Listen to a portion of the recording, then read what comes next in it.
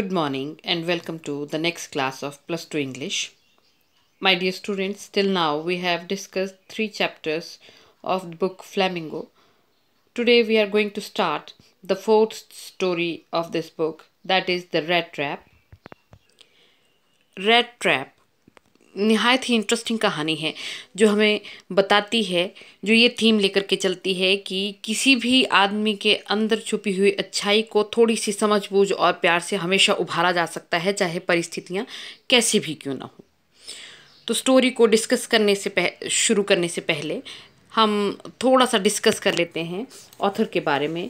Selma Lagerlöf was a Swedish writer whose stories have been translated into many languages. कहते Selma लेगरलूफ जो हैं वो एक स्वीडन के राइटर हैं जिनकी कहानियाँ बहुत सारी भाषाओं में ट्रांसलेट की गई हैं, अनुवादित की गई हैं। A universal theme runs through all of them, a belief that the essential goodness in a human being can be awakened, awaken करना जगाना, through understanding and love. A universal theme, एक सार्वभौमिक थीम जो है उनकी सब कहानियों में चलता है। और वो सार्वभौमिक थीम क्या है?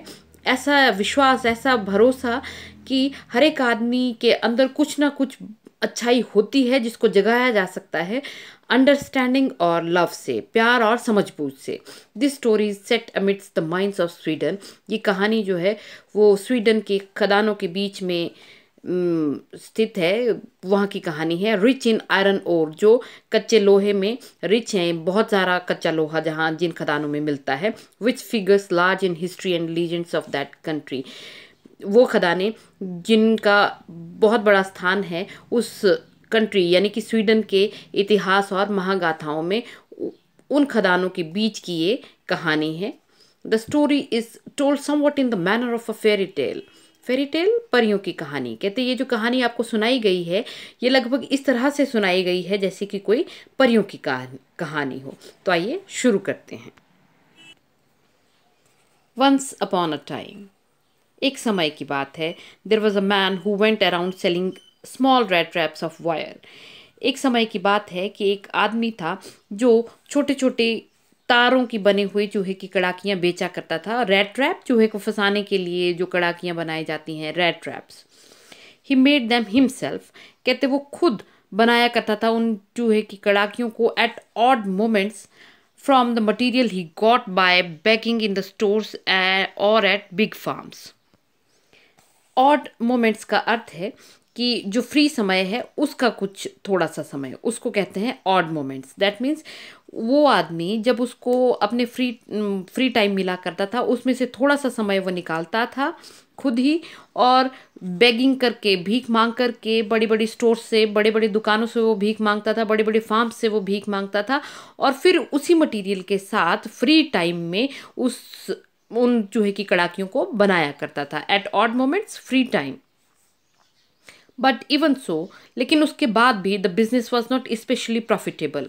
कहते भीख से मांगे हुए सामान के साथ वो बनाया करता था उन चूहे की कड़ाकियों को, पर उसके बाद भी वो जो बिजनेस था उसका, चूहे की कड़ाकियाँ बेचने वाला, वो बहुत फायदे का नहीं था, बहुत लाभप्रद नहीं था। सो ही हैड टू रिजॉर्ट करना, सहारा लेना, to both begging and petty छोटी छोटी थीवरी, चोरियाँ, to keep body and soul together. कहते वो जो उसका बिजनेस था वो बड़ा फायदेमंद नहीं था, इसीलिए उसको सहारा लेना पड़ता था भीख मांगने का और छोटी मोटी चोरियां करने का। दैट मीन्स उसको भीख भी मांगनी पड़ती है, चूहे की कड़ाकियां भी बेचता है और वो छोटी मोटी चोरी भी कर लेता है। To keep body and soul together, ताकि उसका शरीर और आत्मा एक साथ रह सकें। दैट मीन्स शरीर में आत्मा रहेगी तभी व्यक्ति जिंदा रहेगा। सोल, आत्मा, मतलब अपना जीवन चलाने के लिए उसको इन चीज़ों का सहारा लेना पड़ता था। Even so his clothes were in rags, चीथड़े, फटे हुए। हिज चीक्स वर संकन धसे हुए। एंड हंगर ग्लीम करना, चमकना, in his eyes.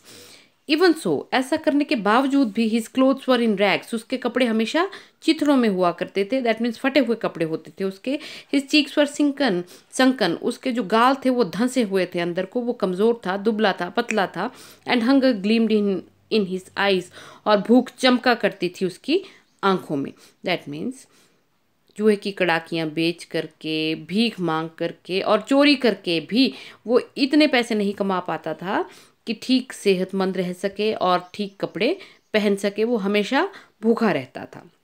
No one can imagine, imagine कल्पना करना, how sad and monotonous, monotonous नीरस, uninteresting life can appear to such a vagabond, vagabond घुमंतु, घुमक्कड़, आवारा। कोई नहीं इस बात की कल्पना कर सकता है कि कितना उदासी भरा और नीरसता भरा जीवन लगता होगा इस तरह के घुमंतुओं को। हु प्लॉट्स, प्लॉट करना होता है थके थके चलना, धीरे धीरे चलना, धीमे धीमे चलना, along the road left to his own meditation, meditation ऐसे साधना होता है लेकिन यहाँ सोच विचार। कहते कोई इस बात की कल्पना भी नहीं कर सकता है कि वो वाला घुमंतु जो सड़क पर थका थका हारा हारा चलता रहता है अपने ही सोच विचार में खोया हुआ, उसके लिए जीवन कितना उदासी भरा और नीरस हो सकता है। बोलने का क्या अर्थ है कि उस व्यक्ति की लाइफ जो है, जीवन जो है, बड़ा उदासी भरा और नीरस है। But one day this man had fallen into a line of thought, लेकिन एक दिन ये आदमी जो है वो लाइन ऑफ थॉट में पड़ गया। एक विशेष विचार उसके दिमाग में आया, which really seem to him entertaining, जो विचार उसको वाकई में बड़ा मज़ेदार लग रहा था, एंटरटेनिंग लग रहा था, अम्यूजिंग लग रहा था। He had naturally been thinking of his rat traps, स्वाभाविक बात है वो अपने चूहे की कड़ाकियों के बारे में सोच रहा था। When suddenly he was struck by the idea that the whole world about him. कहते नेचुरल है कि वो अपने चूहे की कड़ाकियों के बारे में ही सोच रहा था जब एक आइडिया उसके दिमाग में पूरी दुनिया के बारे में आया। क्या आइडिया आया उसके दिमाग में? The whole world with its lands and seas, its cities and villages. वो सोचता है होल, WHOLE, कि ये सारी की सारी दुनिया, विद इट्स लैंड्स, अपनी धरती के साथ, एंड सीज, समुद्र के साथ, इट्स सिटीज एंड विलेजेस, मतलब इस धरती के ऊपर जितने समुद्र हैं, शहर हैं, गांव हैं, वो सब was nothing but a big rat trap. वो सब क्या है? एक बड़ी सी चूहे की कड़ाकी है। It had never existed for any other purpose, purpose उद्देश्य, एग्जिस्ट करना अस्तित्व में होना, than to set baits for people. ये दुनिया जो है इसका एग्जिस्ट करने का, इसके अस्तित्व का, इसके अलावा कोई उद्देश्य नहीं है। बेट होता है चारा डालना, जैसे मछली पकड़ने के लिए मछली का कांटा डाला जाता है तो उसके आगे खाने के लिए कुछ लगाया जाता है, या चूहे की कड़ाकी जब लगाई जाती है तो उसमें भी खाने के लिए पोर्क या चीज़ या रोटी का टुकड़ा लगाया जाता है, तो उसको बेट कहते हैं, उसको चारा कहते हैं। It had never existed for any other purpose than to set baits for people.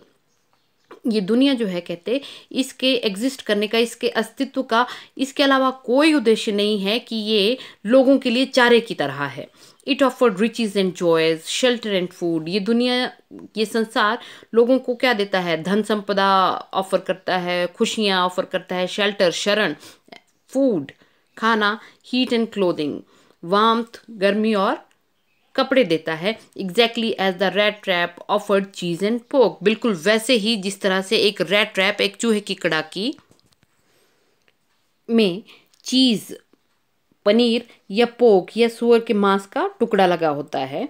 And as soon as anyone let himself to be tempted, tempted आकर्षित होना, किसी चीज से ललचाना, टू टच द बेट, जैसे ही कोई व्यक्ति ललचाता है या आकर्षित होता है उस बेट को, उस चारे को छूने के लिए, it closed in on him, तो वो कड़ाकी जो है वो उसके ऊपर बंद हो जाती है। And then everything came to an end, और उसी के साथ हर चीज़ खत्म हो जाती है। बोलने का मतलब है कि वो क्या सोचता है कि जिस तरह से एक चूहे की कड़ाकी में लालच के कारण चूहा फंस जाता है, उसी तरह से ये दुनिया जो है लालचों से भरी हुई है, और व्यक्ति जो है, कोई भी मनुष्य जो है, वो उन लालचों के पीछे भागता रहता है और इस चूहे की कड़ाकी रूपी दुनिया में फंसा रहता है। The world had of course never been very kind to him. कहते ये दुनिया जो है निस्संदेह ही उसके प्रति बड़ी दयालु नहीं रही है कभी भी, उस घुमंतु के प्रति। So it gave him unwanted, unwanted बहुत ज़्यादा, अनकॉमन, असाधारण, joy to think ill of it in this way. कहते ये दुनिया कभी भी उस व्यक्ति के लिए बड़ी अच्छी नहीं रही, इसलिए उसको बड़ा असाधारण खुशी मिलती है इस दुनिया के बारे में बुरा सोच करके।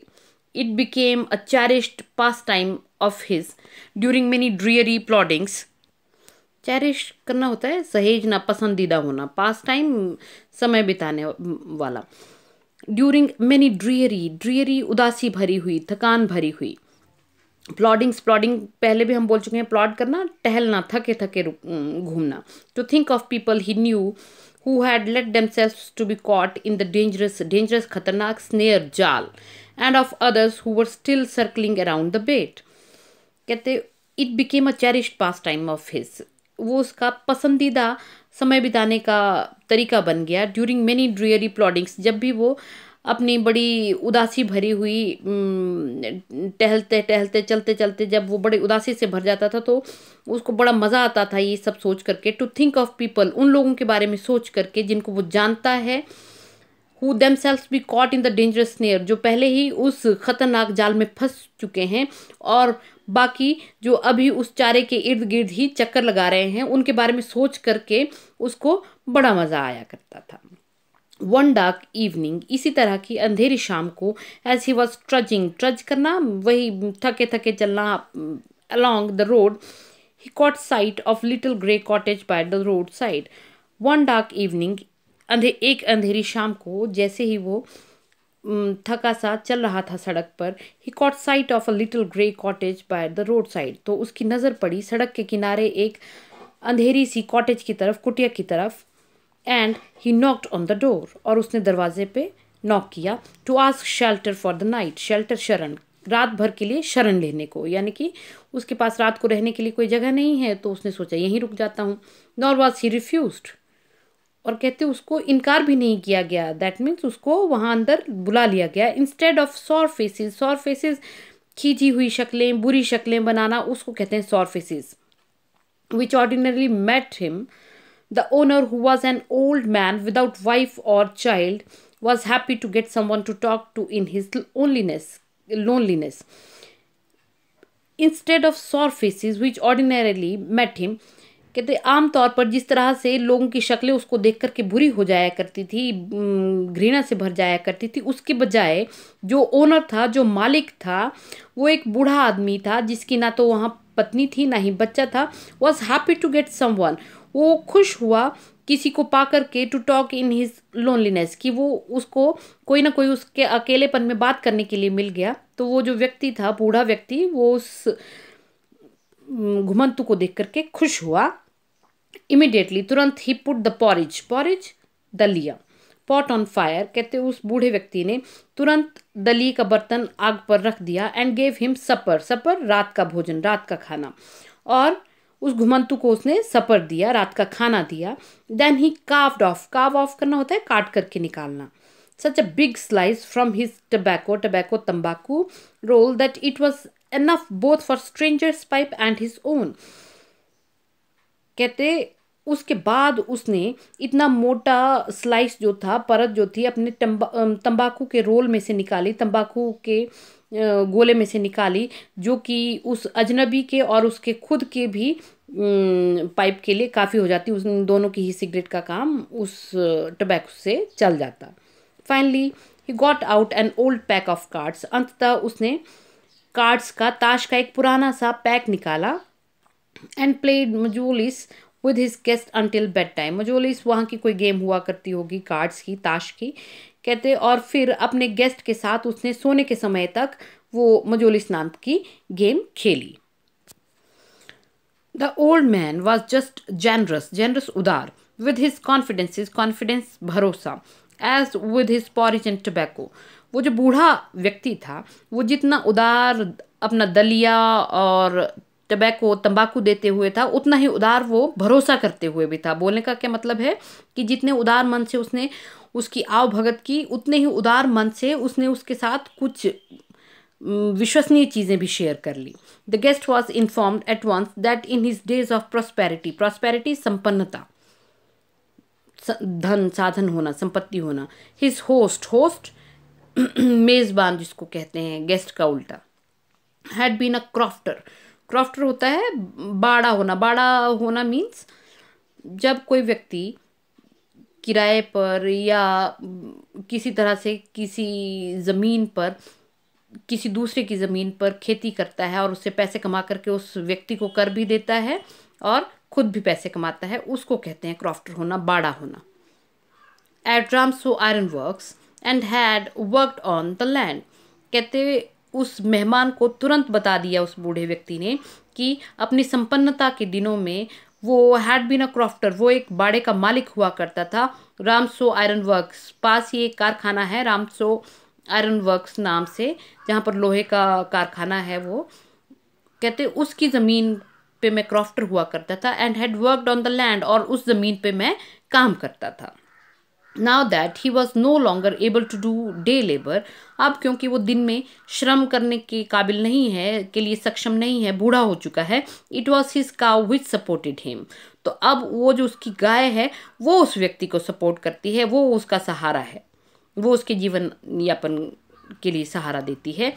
यस दैट बॉसी, बॉसी होते हैं बछड़ी, वॉज एक्स्ट्राऑर्डिनरी, कहते हाँ वो जो बॉसी है, वो जो मेरी गाय है वो एक्स्ट्राऑर्डिनरी है, असाधारण है, असामान्य है। She could give milk for the creamery, creamery creamery ऐसी जगह जहाँ पर क्रीम से, दूध की मलाई से मक्खन या घी निकाला जाता है, उसको क्रीमरी कहा जाता है। एवरीडे, कहते वो क्रीमरी में ले जाने के लिए क्रीम हर रोज दे सकती है, दूध हर रोज दे सकती है। And last month he had received all of 30 kronor, kronor Sweden की करेंसी है। And last month he had received all of 30 kronor in payment, कहते और पिछले महीने तो उसको उस दूध के बदले में 30 रोनोर करेंसी के रूप में उसको मिले हैं। The stranger must have seemed incredulous, incredulous अविश्वास करना, कहते उस बूढ़े व्यक्ति को लगा कि वो जो अजनबी है उसको उसकी बात पर विश्वास नहीं हो रहा है, अविश्वास कर रहा है वो। For the old man got up, और इसीलिए वो बूढ़ा आदमी उठा and went to the window, खिड़की के पास गया। Look down a leather pouch, took down a leather pouch which hung on a nail in the very window frame, उस खिड़की की फ्रेम पर, चौखट के ऊपर नेल के साथ, कील के साथ एक लेदर का पाउच, थैला जैसा लटका हुआ था, चमड़े का थैला लटका हुआ था, वो उसने उतारा नीचे। And picked out 30 wrinkled, wrinkles आप पहले भी पढ़ चुके हैं। The portrait of a lady में आपने पढ़ा है कि दादी जो है उनका चेहरा जो है फुल ऑफ रिंकल्स है, रिंकल्स झुर्रियाँ, तो यहाँ रिंकल्ड मुड़े हुआ, तोड़ा मुड़ा हुआ। 10 रोनोर बिल्स, कहते और फिर वो 10 रोनोर के बिल्स, नोट निकालता है तोड़े मुड़े हुए उस थैले में से। These he held up before the eyes of his guest, और उन नोटों को अपने मेहमान की आंखों के सामने रख देता है।